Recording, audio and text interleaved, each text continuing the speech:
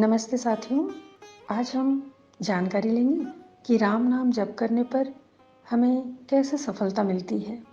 कई बार होता यह है कि मनुष्य अपनी इच्छा से और बड़े उत्साह से नाम जप आरंभ करता है। उसे नाम जप करने में बहुत अच्छा भी लगता है, परंतु अचानक किसी परिचित के कहने पर वह नाम जप करना बंद कर देता है और उनकी बताई बातों पर अन्य देवी देवताओं का नाम जप करना आरंभ कर देता है। वैसे इसमें कोई बुराई नहीं है, सभी देवता एक ही हैं, सभी देवी देवताओं को सम्मान दिया जाना चाहिए। परंतु ऐसे लोग जो अक्सर अपनी इच्छा से या किसी के कहने पर नाम जब बदलते रहते हैं, उनका यह कहना होता है कि जिनकी सलाह पर हम नाम जब बदल रहे हैं वे हमारे हितैषी हैं, हमारा भला चाहते हैं, तभी तो हमें उन्होंने नाम जप बदल के कुछ नया नाम जप करने हेतु सलाह दिया है और वे विद्वान भी हैं।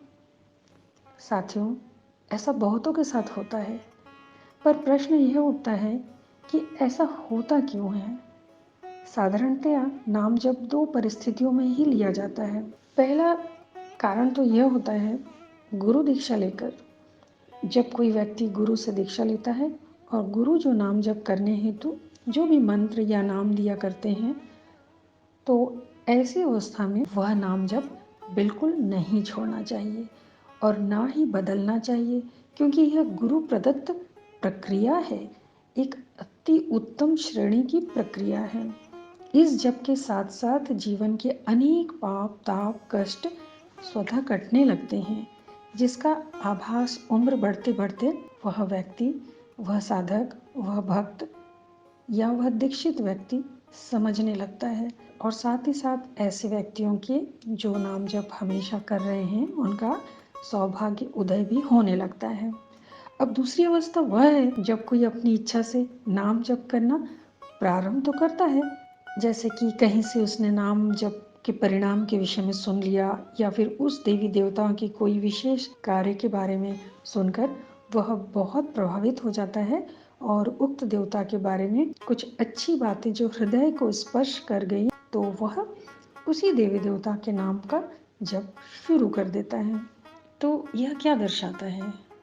दरअसल यह स्पष्ट रूप से यह दिखाता है कि प्रभु से उस व्यक्ति को विशेष रूप से प्रीति हो गई है। तो प्रीति के हो जाने पर ही वह उक्त देवी या देवता का नाम जप करना आरंभ कर देता है। साथियों, कई बार होता यह है कि हम राम नाम का जप तो करते हैं और फिर कभी कभी दूसरे देव देवताओं के प्रति भी आकर्षित हो जाते हैं और इच्छा होती है कि हम उनका भी नाम जप करें। तो आप कर सकते हैं, अर्थात राम नाम जप कर रहे हैं और उसके साथ भी यदि आपकी इच्छा होती है किसी अन्य देव देवताओं के नाम का जप करें तो वो भी आप कर सकते हैं, परंतु राम नाम को कभी छोड़े नहीं।